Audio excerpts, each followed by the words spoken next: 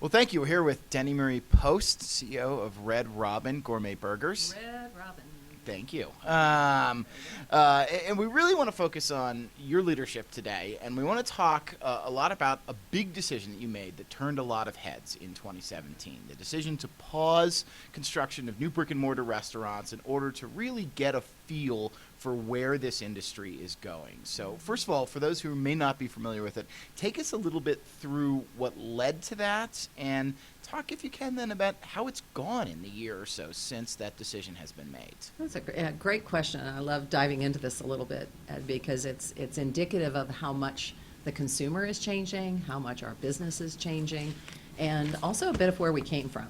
So if you go back, we operate in what's known as the casual dining space, and casual dining grew up and has grown up over the last 50 years. All of our brands in the space are about 50 years old. Red Robin started 50 years ago in Seattle. We are to the northwest and west what Chili's was to Texas, what TGI Fridays was to the northeast, what Ruby Tuesdays was to the southeast, and then we all began to run over each other, and therein began the cluttering of the category, if you will. But in that time, the traditional real estate strategy was to locate near what we considered a power center. And a power center would be a large retail center with lots of entertainment options, particularly movies, and a great anchor or two, at the mall, right? And so we grew up around those, and that created a trade area that would probably be more like about a 20 to 25 minute drive time. Not unusual to drive 20 minutes to your favorite mall. Think of Park Meadows here on the south side of Seattle. So it started that way, and casual dining was the meal between whatever you were doing and what you were going to do next. It wasn't the destination in and of itself. It wasn't fine dining where you reserved weeks ahead to imagine yourself having that meal and then heading home. It was something you did before you went to the movie, after you were at the soccer field, before you ran through Costco, or afterward. And that convenience positioning with full service is what allowed us to grow up over the years. In the last few years, as we all well know, there has been a sea change in terms of shopping habits and media consumption habits. And those two have combined to really undermine the amount of traffic that naturally shows up in those power centers. So if I'm shopping online and consuming Netflix at home, I still have an interest in full service, but it's being redefined as food delivered to my home. And the delivery trade area, remember I said 20 minutes, is more like half of that. So as we thought about what we knew and what we were continuing to pursue, we were building into a trend which was coming the other way on us. And it was critical for us to stop that traditional building and reconsider how we get closer to the guest, how we can have the same four walls support dine-in, carry-out, catering, which is a rapidly growing business, and delivery. And so we wanted time to refocus on that, not only to think of what the new prototype needs to be, what does the restaurant have to look like, because right now we're just adapting what was traditionally a dine-in restaurant to try to accommodate those other opportunities, but also where should they go. Now, it's had some interesting consequences. The street, certainly the reaction was mixed. A lot of people get it. There's a lot of eagerness to say, how long will it take you to figure out what's next?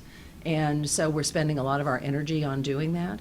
But on top of it, the other consequence is traditional growth for team members inside the organization came from building. When you were adding 25 or 30 new units a year, you were adding anywhere from 3 to 4 above restaurant multi-unit management opportunities, and that is what your GM typically aspires to. So it's also required some really interesting rethinking on our part around how do we inspire and encourage general managers to think of their opportunity for growth as within their four walls and not necessarily the next job up. And so that's created some angst, but also some opportunity to redefine what growth looks like. And I want to get into that, but let's talk a little bit first about the numbers. I mean, how many places are you building, will you build in 2018? When's your last one going up, and how big will the brick and mortar footprint be at that point? We ended up with a total of 9 new corporate locations this year. The last one will be completed the end of third quarter, so we won't have any in fourth quarter this year. Our franchisees have added 3 more this year, so another 12 to the total opportunity. So I think we're going to end the year, it's going to be right around 590 total locations. And while that can seem significant when you spread that across 42 states and 2 western provinces in Canada, and you compare it to an Applebee's who is retracting and closing from 1,800 units, you realize that, we still have a lot of white space and opportunity, but pausing at 600 is an interesting inflection point, or close to 600. Okay. Publicly traded companies, not known for taking bold leaps, at least without an awful lot of consideration. You mentioned the thought process that went into this, but was it difficult? I mean, once you got to the idea that, hey, this is something we should look at, how difficult was it to get to, let's actually do this? What kind of barriers did you have to cross? What kind of skepticism did you even meet from within your company or within your board? Yeah, really great questions. So, I find our investors, we're in this business to make everyone better for being here, is our stated mission. Everyone better for being here, our team members, our guests, and our shareholders. And so when you started to look at the math, when we were not, many of our new units were not hurdling at the rates that we had anticipated they would or had traditionally done. So it was pretty clear to say that our hit rate was declining on successfully choosing these new locations, and also being able to drive the kinds of year one volumes and growth that we expected to do. So there was a very compelling database case, which was the first thing that caused us to pause. The second thing was that we had begun building smaller units, and again, best thinking, and I would call it best boardroom thinking at the time, was let's build them just smaller, and that'll make a lot more sense because we won't have to invest that much. Well, in reality, our kitchen is 2/3 of our expense, and to continue to serve the same menu, we were investing not that differently in the build or new build of new locations, and yet we were capping our volume potential at peaks because we didn't have enough seats to take care of the guests who showed up at 5 o'clock on a Friday night. So that experiment had not gone well, though with the long lead times on development, we had committed over half of our inventory in the last couple of years to those mid-size units. So that was also undermining us and was another fact-based reason to stop. Just to clarify, when you're talking about those mid-size units, that's not the Red Robin Express. No, that's the difference between doing 205 seats and 145. So we had taken out roughly capacity for 60 in the front of the house. And while, again, on paper that made sense, it'll cost us less to build, et cetera, it wasn't showing up that way. The other thing that was starting was construction costs were starting to rise rapidly. The good news, bad news about a high employment, low unemployment economy is there's a lot of demand and there's a lot of growth and a lot of new buildings coming up and a lot of things being converted, and our construction costs were starting to get out of whack. So investors want to hear that you're being responsible with the capital you're investing, and it was getting increasingly hard to do that. The other thing that gave me hope, and this is a little bit of why the pause, we had pretty good success with some conversions of late. So there are, the change in our business is going to shake out some brands. We've already seen it I've seen it over my lifetime. Bennigan's was the hottest place to go when I was just out of college. You're younger than I am, Ed, but it was hot. And it's hard to find them. They still exist, but they've completely contracted. We can see other retailers who've contracted their footprints rather dramatically. Find a Barnes & Noble these days, right? But where we've been able to convert someone else's unit, where TGI Fridays has chosen to leave a market, we can go in and with lower expense convert to a Red Robin. We are seeing some success. So I also believe more of those conversion opportunities are going to present themselves over the next few years as there is greater shakeout of brands. And so waiting to have that happen is not all bad either.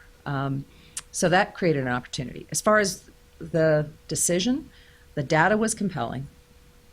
The discussion internally about refocusing our resources not on continuing to open new units, but to focus on what's next for our environment was a very good discussion, because it allowed us to slide deploy some of the folks and reconsider our overhead and G&A, and that also our G&A, and that helps us with an economic case for the street as well.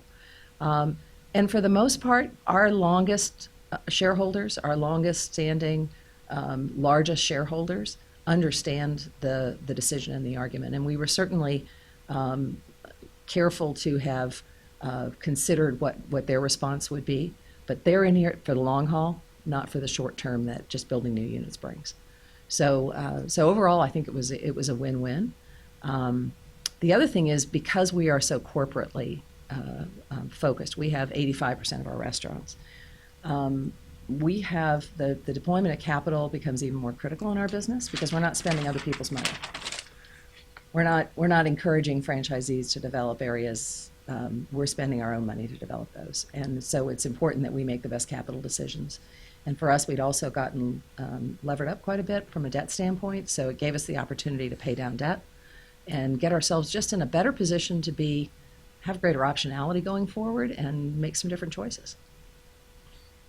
And you started to mention this, but this obviously affects different types of people in different ways. Let's start and talk about recruiting and retention. How has this affected that?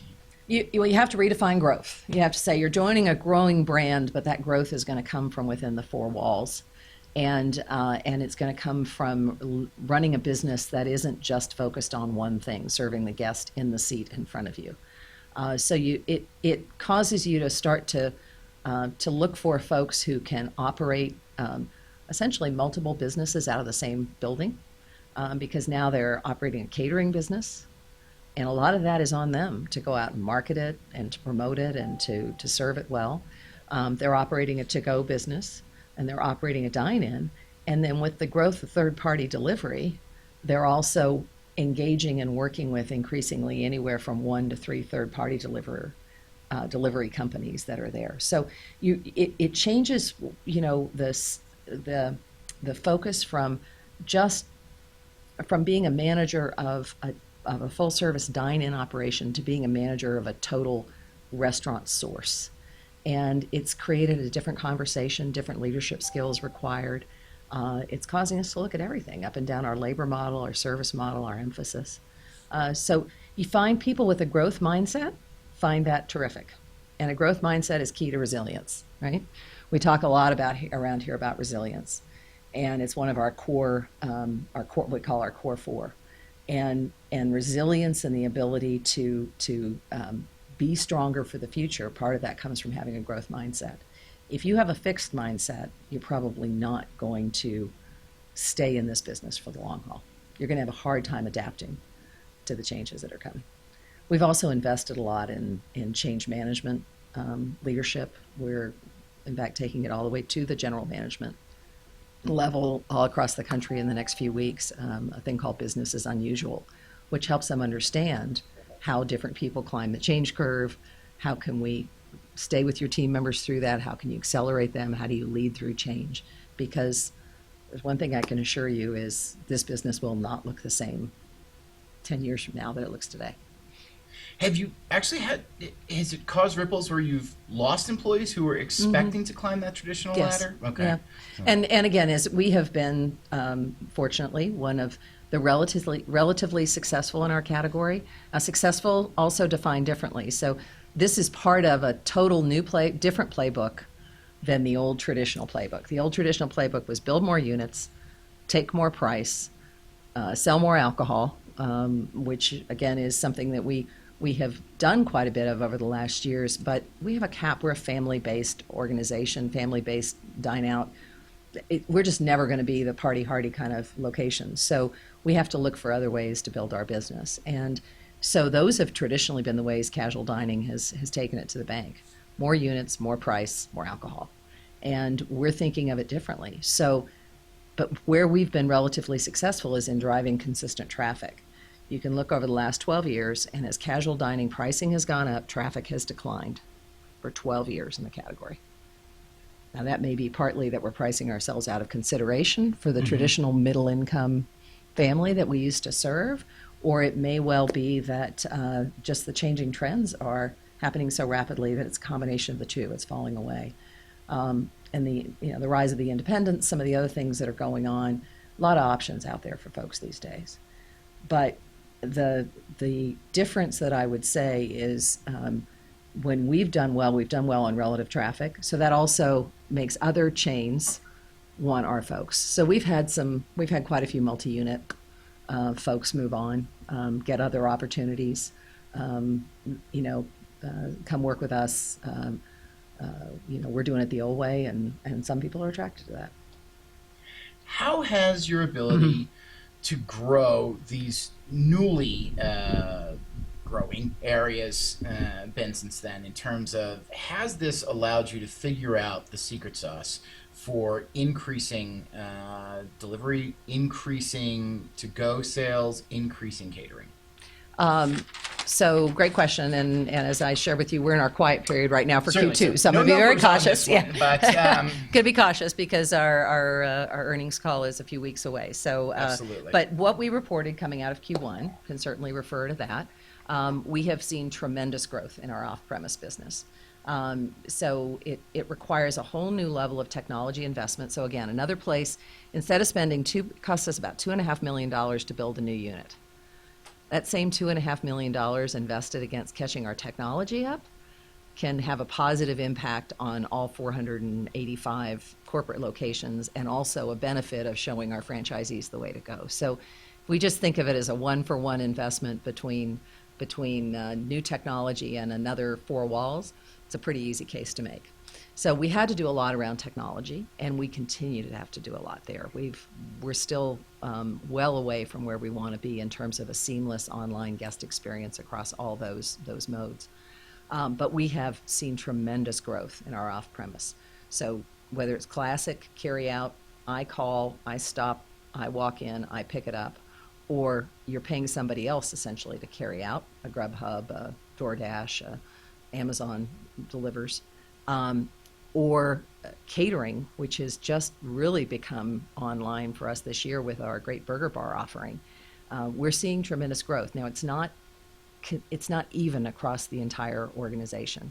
So particularly in the case of catering, which requires a manager to really grab it and see it as an upside opportunity for them, we've seen some tremendous leadership there, some people who really have caught on, and others who are more laggards, who have yet to get out there and have lots of reasons of why they don't think they can sell a burger bar in their neighborhood. But we have seen growth there. Now, is that the secret sauce?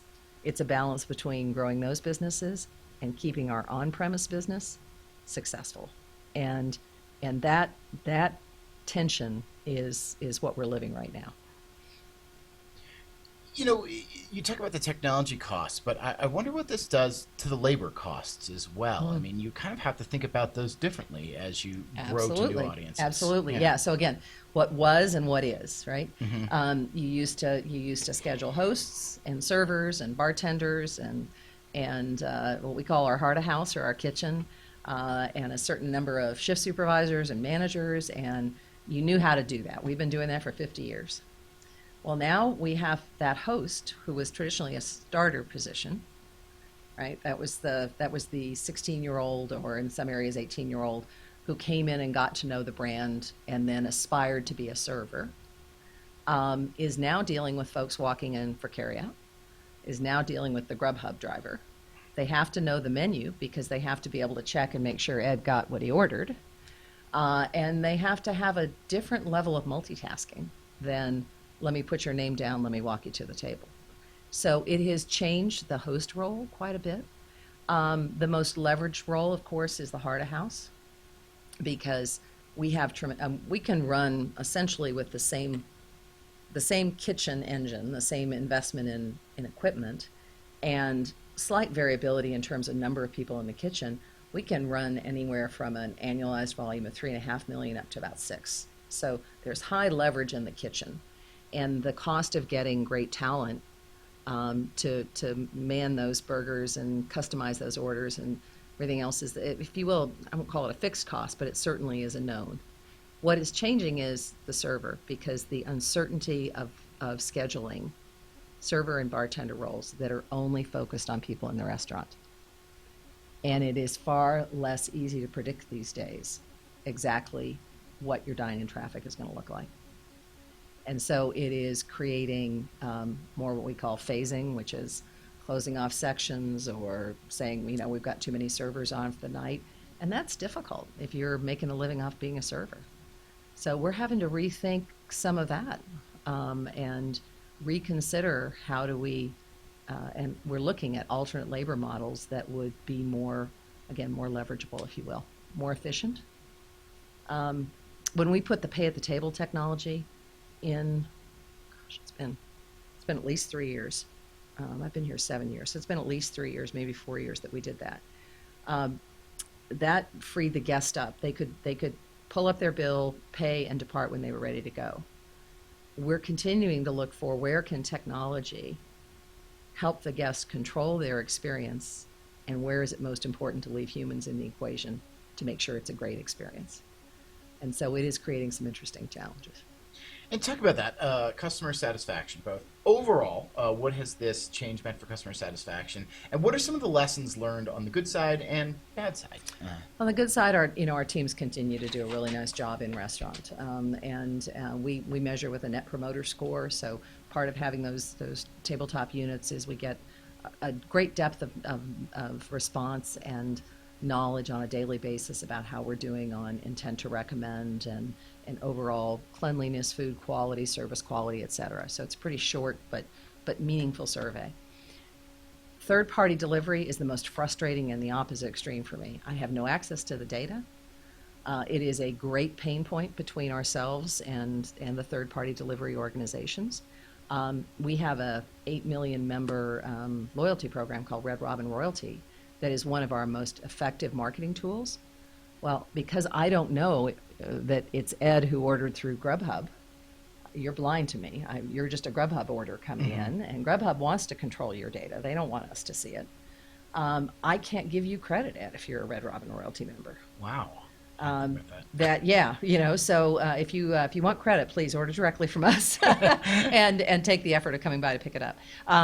So it does create it creates a real challenge on the opposite extreme, right? In terms of data ownership, in terms of visibility to how good that experience was. I mean, they all have a 4 or 5 star rating system online, and we're average with everybody else. Well, I don't like being average. But it's hard for us to figure out how to get better. In between, we've been able to use our more traditional NPS system to understand what we can do better on carryout. And we've focused in on accuracy, timeliness, accuracy of order, because once you leave the building, I can't fix that for you. Timeliness, meaning I promised it at 5:25, and when you walk in, it's ready at that time. And then third is temperature, which is the largest challenge also, because I don't know if you're driving 5 minutes or 50 minutes. So it has helped us focus in on what we can do to improve our business, that kind of feedback, but we see very different customer satisfaction in each of those modes. The highest satisfaction we're getting right now is on our catering. Because if I have to eat one more cold sandwich, or God forbid one more, I'm not going to brand it, make my own burrito bar, and increasingly we're dining in our work. And so the burger bar as an option is just a huge win. It's customizable, and the folks just really love it. So we're seeing tremendous satisfaction there. So are there particular lessons you learned out of this? I mean, it sounds like you're seeing different things. But we're really, it does. It helps you focus on what you can truly improve. And so our lessons are, we know what we're known for. We're known for great, craveable, customizable burgers. We're known for attentive service and affordable abundance. So how do you translate those 3 things that you've always done table side in a full service environment into a carryout environment? Your technology has to make it super easy for you to specify exactly how you like your burger, and needs to be as intuitive as the best server. I've said our technology needs to be as attentive as our best server at table side. And then from the affordable abundance side, we need to be generous with you. We give a cup of fries to take home for every carryout order. And so you can enjoy hot, fresh fries on your way home. We say it also keeps you from distracted friving, as we like to call it, which is digging around in the bag, popping the lid, which, oh, by the way, lets out the temperature, and starting to consume fries out of the package. So that's our way of saying our bottomless promise is delivered, because it's hard when we can't give you a refill because you've already left our building. So it's taking what you're known for and adapting it across. Now, it sounds like you've learned a lot here. I know that in the first quarter earnings call, you said it was disappointing. I Mhm. mean, how do you turn that around? Obviously, you're going toward where you want to be. What's going to define this? What's going to make or break a company like yours that's making such bold strides here in the coming years? I think the first is continuing to improve the four-wall economics. So driving our top line, taking down our cost of operating. I mean, it's a classic, it's a classic P&L model, but continuing to show growth. And where we've struggled is on the top line growth, because again, our dine-in traffic has been so different from our off-premise. So having a strong top line, continuing to improve our middle of the P&L economics, particularly around labor, which is a rising, I hate to label it a threat, but when we do 50% of our business out of 5 Western states, all of whom have $15 non-tip credit wages on the books. Oh, wow. And that means the economics of our model are quite challenged. And so we have to find ways to lessen our reliance on the traditional in-restaurant labor model. So if we continue to do those things, we identify what the next growth model is, and we can get that piloted and identified, then I think we'll be firing on all cylinders, and I think the street will give us credit for it. We have the most loved category in burgers. We have tremendous consumer and guest affinity for our brand. We have a lot of white space. We have 600 to 18, compared to 1,800 Applebee's. We have a lot of places people know or think they know Red Robin, but haven't yet had a chance to experience us. So I believe we can return to growth again. We'll just do it in a very different way that sets us up for the next 50 years as opposed to the last 50. And with that, I guess I'll finish with, so tell me in 5 years how you envision Red Robin looking, and maybe, not to give away any interior secrets, maybe how you envision your part of the industry looking in 5 years. Yeah. I think the industry will have fewer players, or fewer large players. I think the definitions we've traditionally gone by, fine dining, casual dining, fast casual, quick service, family dining, I think those are all starting to blur, right? When IHOB, briefly as it was, is now delivering, the definitions really start to blur. So I think there will still be fine dining, and there will still be the occasion to go out and enjoy a nice bottle of wine and a great steak in a very different kind of environment. But I think between casual dining, fast casual, family dining, and to an extent, quick service, which has usually been defined by the existence of a drive-through, there's going to be a lot more blurring there, a lot more crossing over, a lot more share battles that aren't just defined as me versus Olive Garden or Texas Roadhouse, but now it's me versus Five Guys versus IHOB. So, it's going to change our competitive environment. For Red Robin 5 years from now, I think you'll see a brand that is not just a destination anymore for dining or a place to eat in, but now it's also a source of great burgers.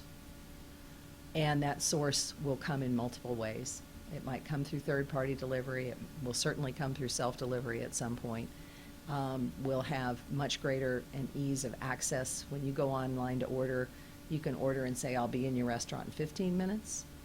And it'll fire the minute you walk across the threshold so that you're ready to eat in the restaurant, or it'll say, I'll be there to pick up in that period of time. You'll be able to control your dining experience in a way that you can't currently. And like it or not, the phone in our hands is going to be a lot of how we're going to make those decisions and how we'll first interact with the brand, which is why that guest-facing technology has to be so good. Excellent. That's why that investment has to come. Well, great. Well, thank Thank you you. for sharing some thoughts with us. Sure, today. sure. Well, thank you for asking. I appreciate it.